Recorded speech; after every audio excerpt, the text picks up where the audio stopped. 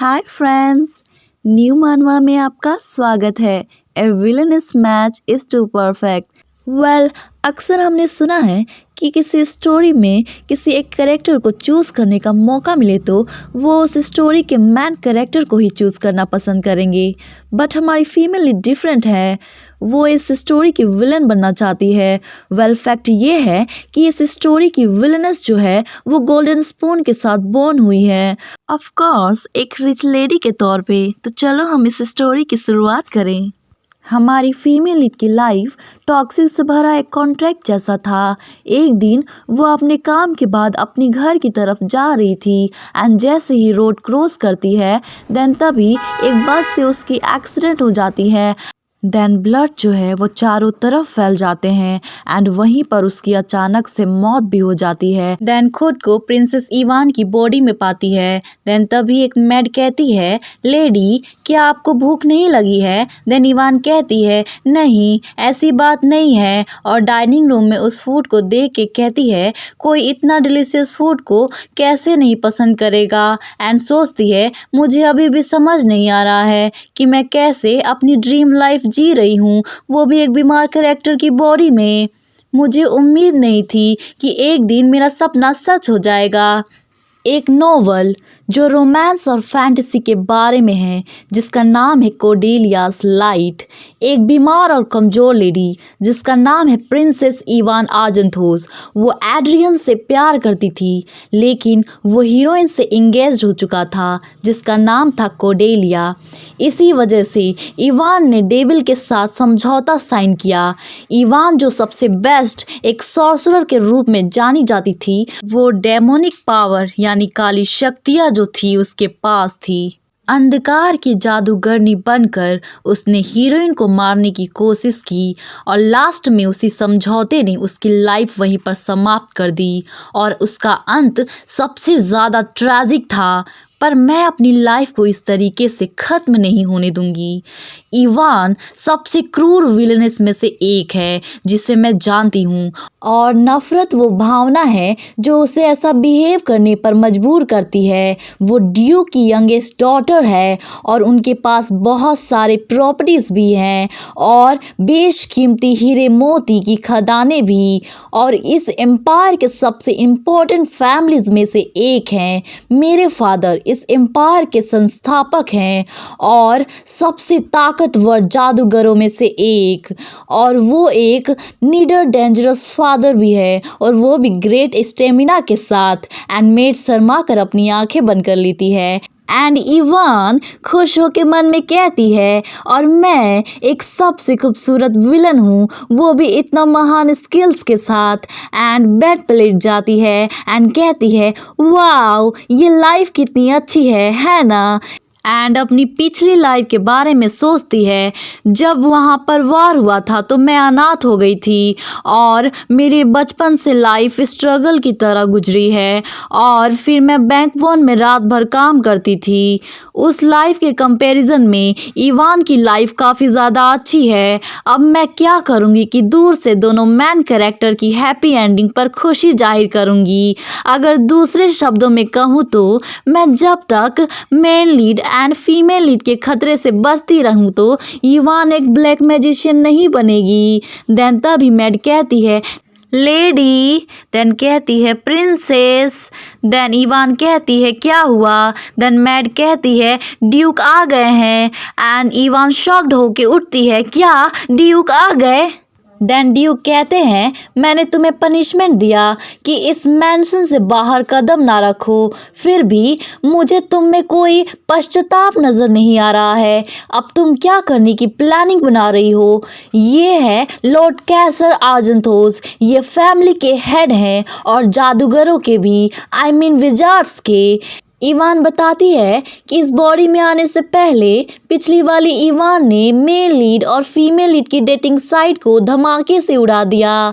वैसे अच्छी बात यह है कि वहाँ पर किसी को चोट नहीं लगी और नुकसान भी नहीं पहुँचा सिवाय उस डेटिंग साइट के। एंड सोचती है आई विश कि मैं वो बम गिराने से पहले आई होती तो ज़्यादा अच्छा होता। और जैसे ही मैं उठी तो वो सब मुझे रियलाइजेशन के लिए रूम में बंद कर दिए थे। हालांकि जितने समय मुझे रूम में बंद कर दिया गया था मैं उतने समय शांत रही और मैं यहाँ पर जो चाहूँ कर सकती हूँ या जब चाहूँ खा भी सकती हूँ। अगर मैं लेटना चाहूँ तो आराम से लेट भी सकती हूँ बिना किसी प्रॉब्लम के। देन ड्यूक से कहती है आई एम सॉरी, मैं अभी भी अपनी गलतियों को समझने की कोशिश कर रही हूँ। एंड ड्यूक गुस्से में कहते हैं क्या तुम अभी भी शांत नहीं रह सकती हो। देन ड्यूक चिल्लाते हैं तैयार हो जाओ। एंड इवान घबरा के सोचती है क्या ये मुझे घर से बाहर निकालने वाले हैं। एंड ड्यूक कहते हैं जल्दी से इवान को पेपर वर्क दो। देन फीमेल शॉक्ड हो जाती है क्या paper work. And assistant Duke से कहता है आप प्रिंसेस के साथ कुछ ज़्यादा ही नरमी से पेश आ रहे हैं। एंड इवान सोचती है आप दोनों मुझे घर से बाहर निकालने की योजना तो नहीं बना रहे हैं, है ना। ये सब क्या हो रहा है, ये दोनों मेरे साथ क्या करने की योजना बना रहे हैं, बस मुझे घर से बाहर ना निकाले। एंड असिस्टेंट कहता है आपने जो उसे करने के लिए कहा है वो बहुत ही ज़्यादा आसान है। वो इस मैटर से रिलेटेड हर चीज़ का ख्याल रख सकती है, ये इतना मुश्किल भी नहीं है। एंड ये बात सुनकर इवान डर जाती है एंड सोचती है आखिरकार ये दोनों मुझसे क्या करवाना चाहते हैं, क्या ये मुझसे रात दिन काम करवाएंगे। देन तभी ड्यूक कहते हैं इवान तुम अब से 6 घंटे काम करोगी। एंड ये सुनकर इवान खुश हो जाती है एंड कहती है वाओ 6 घंटे, ये तो मेरे लिए कुछ भी नहीं है, मैं एक दिन में 15-15 घंटे काम किया करती थी। एंड ड्यूक उसे गुस्से से डांटते हुए कहते हैं मैं तुम्हें 1 हफ्ते का टाइम देता हूँ, अगर तुम इस काम को अच्छे से नहीं कर पाई तो मैं तुम्हें अपनी फैमिली रिकॉर्ड से ही हटा दूंगा, समझी। सो बेटर होगा कि तुम मुझे निराश ना करो। एंड ड्यूक वहाँ से चले जाते हैं। एंड इवान सोचती है मैं जानती हूँ कि कोई भी फैमिली परफेक्ट नहीं होती है, लेकिन मुझे विश्वास था कि कम से कम इस स्टोरी में चीज़ें काफ़ी अलग होगी। जब फर्स्ट डे में इस बॉडी में आई तो मेरे ब्रदर ने मुझे पागल कहा और खूब डांटा और अब मुझे लगता है कि मेरे फादर भी मुझसे काफ़ी ज़्यादा नफ़रत करते हैं। एंड इवान मेड से कहती है क्या तुम खुश हो कि मैं घर से बाहर नहीं निकाली गई। देन मेड कहती है प्रिंसेस। देन इवान कहती है कैरोल मुझे कुछ मीठा खाना है। देन मेड कहती है हाँ मैं समझ गई, मैं इसे अभी आपके लिए तैयार कर देती हूँ प्रिंसेस। एंड इस मेड का नाम कैरोल है, सो मैं इसे कैरोल बुलाऊंगी। देन नेक्स्ट सीन में हमें नॉर्थर्न रीजन का मेंशन दिखाया जाता है। एक मैन पेपर रीड कर रहा था।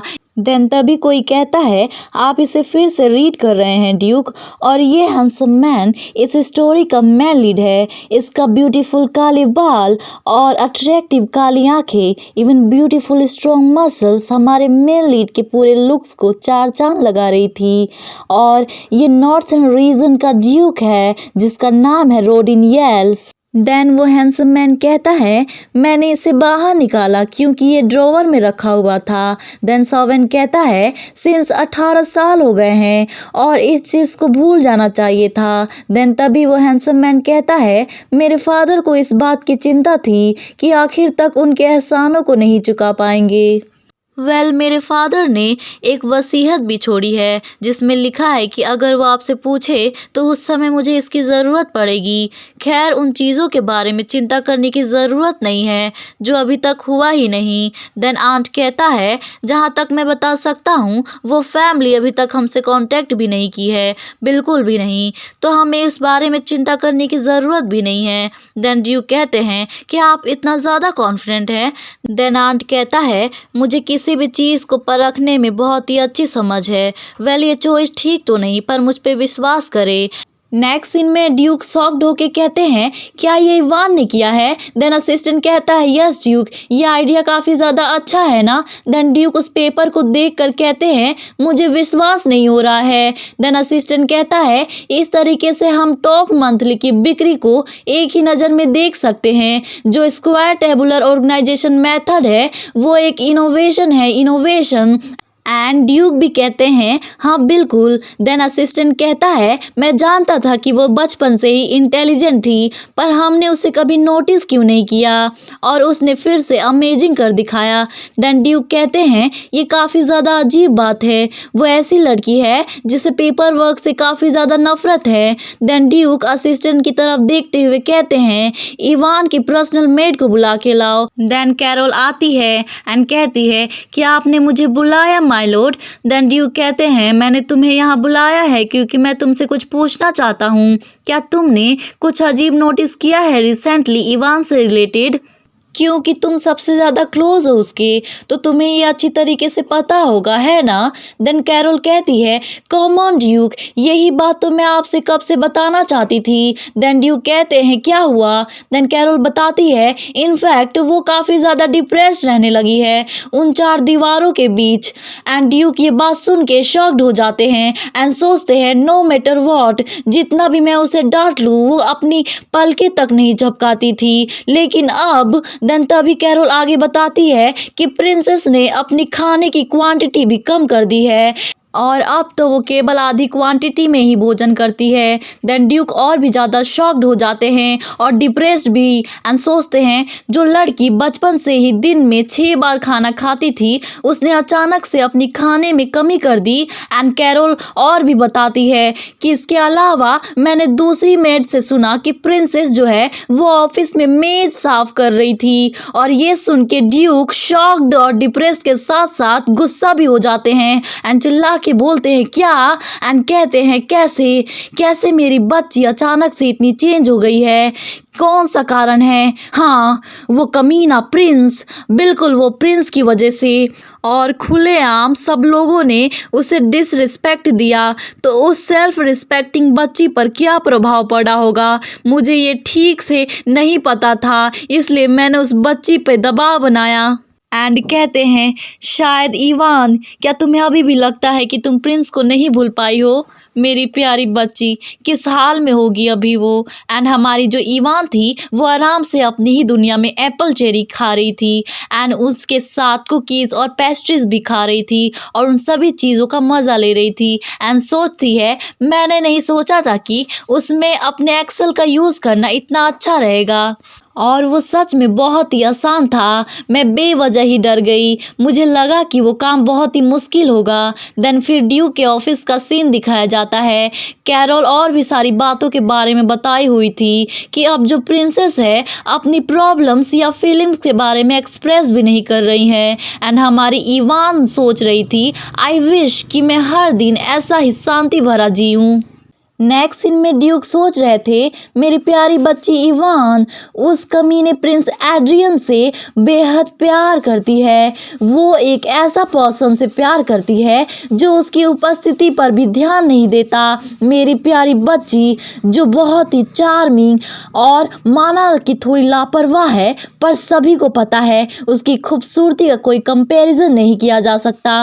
वो हमारी आर्जनथोस फैमिली की यंगेस्ट डॉटर है जो इस समय की सबसे अच्छे और जादूगरों में से एक मानी जाती है। और क्या तुम्हें एहसास नहीं है कि मेरी बच्ची कितनी कीमती है मेरे लिए। मेरी प्यारी बच्ची जो उस अपॉइंटमेंट की गवाह है जो प्रिंस मेयर किंगडम की नाजायज प्रिंसेस के साथ बुक किया था। एंड ये सोच के ड्यूक काफ़ी ज़्यादा इरिटेट हो जाते हैं, क्या हिज हाइनेस का दिमाग तो ठीक है ना। एंड गुस्से में अपना मुक्का टेबल पर मारते हैं एंड इवान डर जाती है। देन कहती है आप बहुत ही ज़्यादा चिंतित लग रहे हैं। देन ड्यूक खांसते हुए कहते हैं ऐसी कोई बात नहीं है, तुम बैठ सकती हो। देन इवान कहती है ठीक है एंड कहती है शायद मैंने जो डॉक्यूमेंट सबमिट किया है उसमें कोई प्रॉब्लम है, मैं बहुत ही मेहनत की थी, अगर मुझसे कोई गलती हो गई हो सो प्लीज़ मैं माफ़ी चाहती हूँ। देन ड्यूक इमोशनल होके सोचते हैं क्या मेरी बच्ची तुम मुझसे माफ़ी मांग रही हो? एंड इवान से कहते हैं ऐसी बात नहीं है, तुमने तो बहुत ही अच्छा काम किया है। मैं और मेरा असिस्टेंट्स काफ़ी ज़्यादा इम्प्रेस्ड हैं तुम्हारे काम से। देन इवान खुश होके कहती है क्या सच में? Thank you so much. And Duke उसे हंसते हुए देखते हैं एंड सोचते हैं क्या ये हंस रही है? ये तो वही बच्ची है जिसे कितनी भी तारीफ किया जाए तो उसे ज़रा भी फर्क नहीं पड़ता था। देन ड्यूक कहते हैं ऐसा लग रहा है कि आज तुम बहुत ही अच्छी मूड में हो। एंड इवान कहती है क्या मैं? ओ हाँ। एंड सोचती है मुझे लगा कि आप मुझे डांटने वाले हो, पर थैंक गॉड कि ऐसा नहीं है। एंड ड्यूक से कहती है वैसे मैंने अपने फादर से तारीफ की उम्मीद नहीं की थी। देन ड्यूक कहते हैं वैसे तुम हाल ही में असुविधा पैदा कर रही थी। देन तभी इवान कहती है वेल ये सच है, इसलिए अपनी सारी गलतियों की खुद रिस्पॉन्सिबिलिटी लेती हूँ। एंड ये सुनकर ड्यूक शॉक्ड हो जाते हैं एंड मन में सोचते हैं क्या उस कमीने प्रिंस की वजह से तुम ऐसी हो गई हो मेरी बच्ची? एंड इवान कहती है मैं अपने फैमिली को पहुंचाए गए नुकसान पर गहराई से विचार कर रही हूँ। मैं अपने क्वार्टर्स में खुद को अनुशासित रखना जारी रखूँगी और मैं वैसा पर्सन बनने की प्रॉमिस करती हूँ जो फैमिली और उसके कर्तव्यों का सम्मान करता हो। देन ड्यूक कहते हैं नहीं, तुम इस बात से इतना डिप्रेस्ड क्यों हो रही हो? देन इवान कहती है क्या? देन ड्यूक कहते हैं मैंने तुम्हें पनिशमेंट इसलिए दिया क्योंकि तुम अपने कार्यों पर विचार कर सको, पर तुम्हें इस तरीके से देखकर मैं बहुत ही ज़्यादा परेशान होते जा रहा हूँ। सो मैंने तुम्हें गिफ्ट की तौर पर एक खाली संपत्ति दिलवाई है, तो बेझिझक इसे तोड़कर उड़ा देना। एंड ये सुनकर मेड खुश हो जाती है एंड युवन शॉक्ड एंड मन में कहती है हे ये मैंने क्या सुना? क्या ये ठीक रहेगा उस प्रॉपर्टी को उड़ा देना जो मुझे गिफ्ट के रूप में मिला है? देन असिस्टेंट कहता है जैसा कि ड्यूक ने कहा हमने प्रॉपर्टीज़ के चारों ओर मैजिक बैरियर लगा दी है, इसलिए आप चाहे तो मैजिक से उड़ा सकती हैं या फिर विस्फोटक से भी उड़ा सकती हैं। एंड ड्यूक कहते हैं तुम टी फिनिश करते ही वहां जा सकती हो। देन इवान घबराते हुए कहती है वेट, एंड मन में सोचती है आप क्यों चाहते हैं कि मैं इतने वैल्यूबल प्रॉपर्टीज़ को तोप से उड़ा दूं? बल्कि ये तो मेरा ड्रीम है कि मेरे पास एक प्रॉपर्टीज हो। और हाँ वैसे ये इतनी स्माइल क्यों कर रहे हैं? देन इवान कहती है मैंने पहले ही अपनी गलतियों का पश्चाताप कर लिया है, सो इसलिए उस प्रॉपर्टी को उड़ाने की ज़रूरत नहीं है। देन ड्यूक गुस्से में चिल्लाते हुए अपना हाथ टेबल पर मारते हैं एंड कहते हैं इवान आजंथोस तुम अचानक से ऐसे कैसे बातें करने लग गई? और उनके गुस्से के साथ उनकी जादुई शक्तियाँ भी बाहर आने लगती है एंड कहते हैं प्रिंस एड्रियन आखिरकार उस कमीने ने ऐसा क्या किया कि तुम ऐसी बन गई? एंड असिस्टेंट जोर से चिल्लाता है ड्यूक। एंड ड्यूक जो है अपने गुस्से को कंट्रोल करते हैं एंड कहते हैं ओह मैं थोड़ा भावनाओं में बह गया था, मैं माफ़ी चाहता हूँ अगर तुम्हें डरा दिया हो तो। एंड इवान बहुत ही ज़्यादा इम्प्रेस्ड हो जाती है एंड कहती है ये कितना ज़्यादा अच्छा था। मन में कहती है वाओ क्या मैंने सच में अभी रियल मैजिक देखा? एंड ड्यूक ब्लश करते हुए खांसते हैं एंड कहते हैं तुम्हें क्या हुआ? एंड इवान मन में कहती है क्या आप एम्बैरस फील कर रहे हैं, है ना? आप तो मेरी सोच से कुछ ज़्यादा ही नरम निकले। एंड ड्यूक प्यार से कहते हैं इवान अगर तुम्हारी कोई विश है तो बेझिझक मुझे बता सकती हो, और अगर तुम डेट पे जाना चाहती हो तो मैं तुम्हें एक ऐसे पर्सन से मिलवा सकता हूँ जो उस प्रिंस से कहीं ज़्यादा बेहतर हो। एंड इवान कहती है क्या मैं क्या चाहती हूँ तो फिर आप ये कर सकते हैं। देन ड्यूक कहते हैं हाँ मैं सुन रहा हूँ। देन इवान सोचती है मैं वो करना चाहती हूँ जो मैंने पास्ट लाइफ में कभी नहीं किया।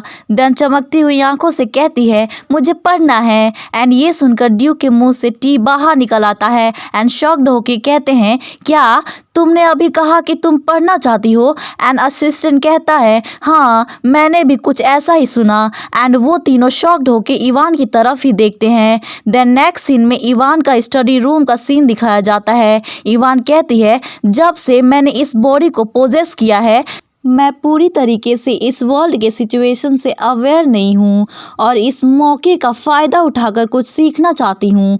और इवन हमारी फीमेल लीड के स्टडी टेबल पे बुक्स ही नहीं बल्कि चाय, कुकीज़, पेस्ट्रीज और भी बहुत सारे फूड्स लेकर बैठी हुई है और उसे खाकर इंजॉय कर रही है एंड सोचती है मैं बहुत ज़्यादा खुश हूँ कि मैं अपनी स्टडीज़ पर फोकस कर पा रही हूँ। और उसके अलावा इवान के पास बहुत ही ग्रेट मैजिशियन भी तो है, आई मीन सॉर्सरर के लीडर। इसका मतलब है कि मैं उसके फादर की तरह मैजिक भी यूज़ कर पाऊंगी, है ना। कुछ देर बाद कहती है किसी अजीब रीज़न की वजह से मैं ये मैजिक बुक रीड नहीं कर पा रही हूँ। क्या इसलिए है कि मैं रियल इवान नहीं हूँ? वैसे मुझे तुरंत मैजिक यूज़ करने की ज़रूरत नहीं है, लेकिन शायद मुझे ट्राई करना चाहिए। वैसे कॉमिक और नॉवल में आमतौर पर क्या चिल्लाते होंगे? हाँ, आब्राकडाब्रा, फायर, जल्दी वहाँ आग लग जाए। देन तभी कोई कहता है इवान मैं आ रहा हूँ, हे तुम क्या करने की कोशिश कर रही हो? एंड इवान शॉक्ड होके कहती है ये कितना ज़्यादा एम्बैरेसिंग है, ये पर्सन अचानक से क्यों आ गया? और इसने इवान को पागल कुतिया भी तो कहा था। ये इसका ब्रदर है बार्डन आर्जनथोस और असिस्टेंट प्रोफेसर है मैजिक एकेडमी का, और यंग ड्यूक भी।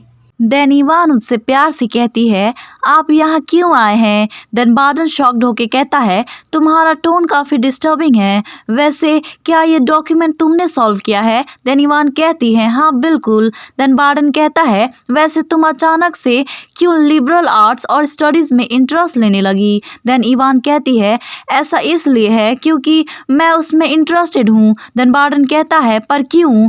क्या तुम ये ड्यूक की टाइटल जीतने के लिए सब कर रही हो? देन इवान शॉक्ड होके कहती है क्या टाइटल, और वो भी मैं? देन बार्डन कहता है हाँ तुम नेक्स्ट सक्सेसर बनना चाहती हो, है ना। देन इवान गुस्से से कहती है हे तुम ध्यान से सुनो, मैं तो सिर्फ तुम्हारी और अपनी फैमिली की हेल्प करना चाहती हूँ, समझे। देन बार्डन शॉक्ड होके कहता है तुम और मेरी हेल्प करोगी? देन इवान कहती है ऑफ कोर्स, मूल रूप से मॉन्स्टर के साथ लड़ाई हर 10 साल में एक बार होती थी, लेकिन अंतराल में भी कमी आती जा रही है और आपने हाल ही में लीना बैटल में पार्टिसिपेट किया था, है ना। और मॉन्स्टर के खिलाफ जो आखिरी लड़ाई हुई वो 5 साल बाद हुई, तो अगला वाला डेफिनेटली और भी बड़ा होगा और यह युद्ध लगभग 3 वर्षों में संभव होने वाला है। देन बार्डन शक करते हुए कहता है गुड, पर तुम इस कंक्लूजन तक कैसे पहुंची? देन इवान एक्ट करके बताती है ओ मैं थोड़ी देर पहले ही हिस्ट्री पढ़ रही थी, इसलिए उसमें मैंने मॉन्स्टर के साथ फर्स्ट बैटल के बारे में पढ़ा, सो इसलिए मुझे पता है। एंड बार्डन उसकी डॉक्यूमेंट को देखते हुए सोचता है सिर्फ उसने रीड ही नहीं किया बल्कि उसे ठीक से ऑर्गेनाइज भी कर दिया है। देन इवान गुस्से से कहती है मैं टाइटल के लिए सब नहीं कर रही हूँ, ऐसा तुम सोच भी कैसे सकते हो? देन बार्डन कहता है ये सब करके तुम्हें आखिरकार मिलने क्या वाला है, और ऐसा तो पॉसिबल नहीं है कि तुम सिर्फ मेरी हेल्प करना चाहती हो। देन इवान सोचती है ये मुझ पर अभी भी ट्रस्ट नहीं कर रहा है। एंड कहती है एक्चुअली मैं इतने दिनों से स्ट्रगल कर रही थी, अब मैं शांति से अपनी लाइफ जीना चाहती हूँ और आपकी और फादर की हेल्प करना चाहती हूँ। क्या आप मेरी फीलिंग्स को समझ रहे हैं ब्रदर? एंड बार्डन शॉक्ड होके कहता है क्या ब्रदर? एंड इवान इरिटेट होके प्यार से बोलती है ब्रदर। एंड बार्डन शॉक्ड होके कहता है ये पागल कुतिया सच में पागल हो गई है।